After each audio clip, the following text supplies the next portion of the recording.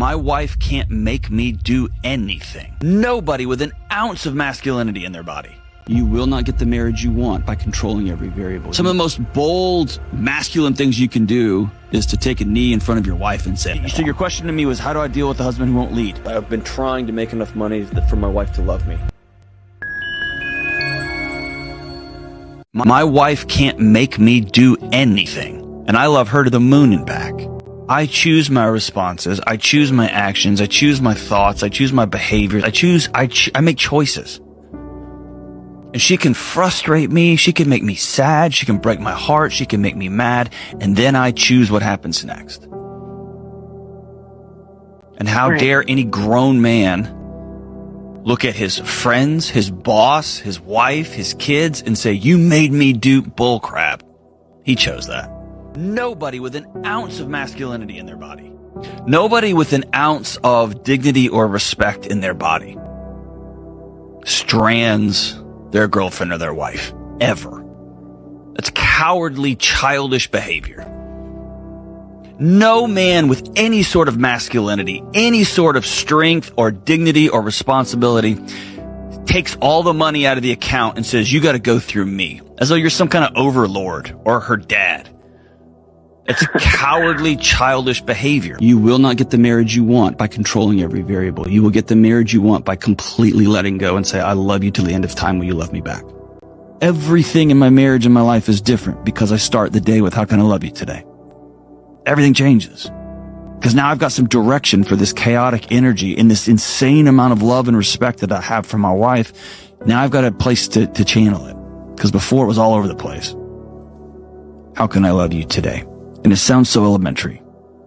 I should be able to know how to love my wife. You don't. Most of us don't. I should be able to meet my husband's needs. You don't know. You can't if he doesn't tell you what they are. How can I love you today? And here's how you can love me today.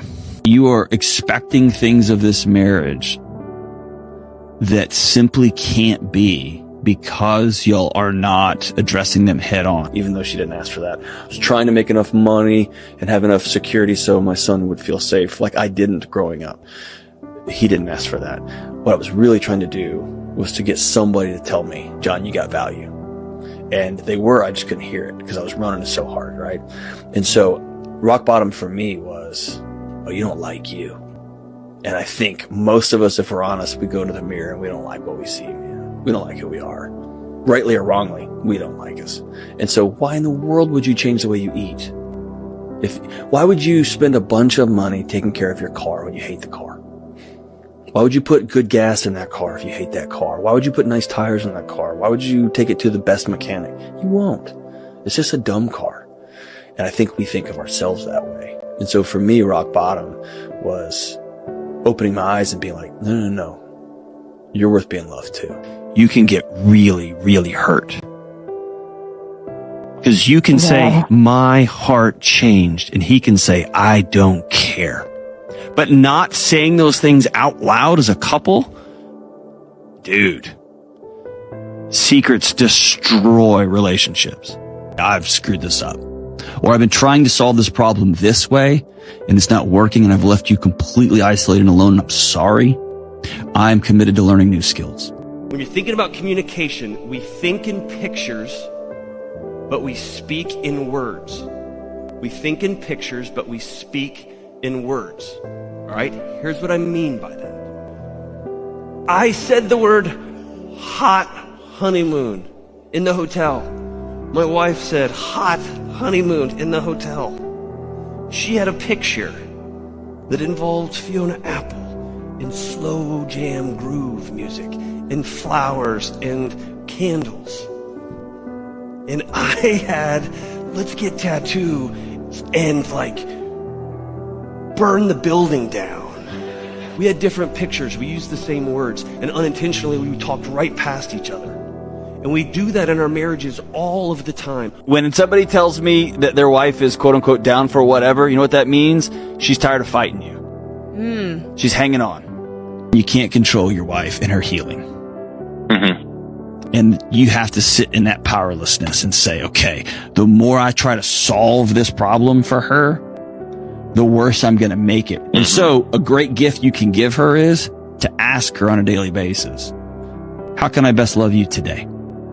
Everything in my marriage and my life is different because I start the day with, how can I love you today? Everything changes because now I've got some direction for this chaotic energy and this insane amount of love and respect that I have for my wife. Now I've got a place to channel it because before it was all over the place. How can I love you today? And it sounds so elementary. I should be able to know how to love my wife. You don't. Most of us don't. I should be able to meet my husband's needs. You don't know. You can't if he doesn't tell you what they are. How can I love you today? And here's how you can love me today. The goal is not to come up with a challenge-free or disagreement-free relationship. That's a boring way to live. That means neither of you are trying very hard. We got to come up with a way that we can always come back to the table on the same side and solve these things together. Your marriage can't be quote unquote fixed. It will have to be rebuilt from the floor up. Yeah. And you, for the first time, and you haven't done this in 10 years, you're going to have to be very clear about what I need. Can you rebuild trust? 1000% yes. Okay. But you cannot do it without two key ingredients for rebuilding trust. Number one, everybody has to come to the exact same table and put everything out on the table. And if you choose to stay, the second thing is you cannot continue to beat him up every day of the week moving forward. If you choose to stay, you choose to go all in again also. The greatest gift you can give him is to begin to stand tall, and you go work out if that's what you want to do. You go hang out with your girlfriends if that's what you want to do. Hey, I want to go see my mom and dad. I just can't. All right, great, man. We're going to have a blast. And let me tell you, my wife did that 3 or 4 times. And then I came around to my kids and my wife and my in-laws are making memories and I'm not a part of them. I'm not in any of these photos. I have to change. I've got to change because I want to be a part of their life. And it was seeing light.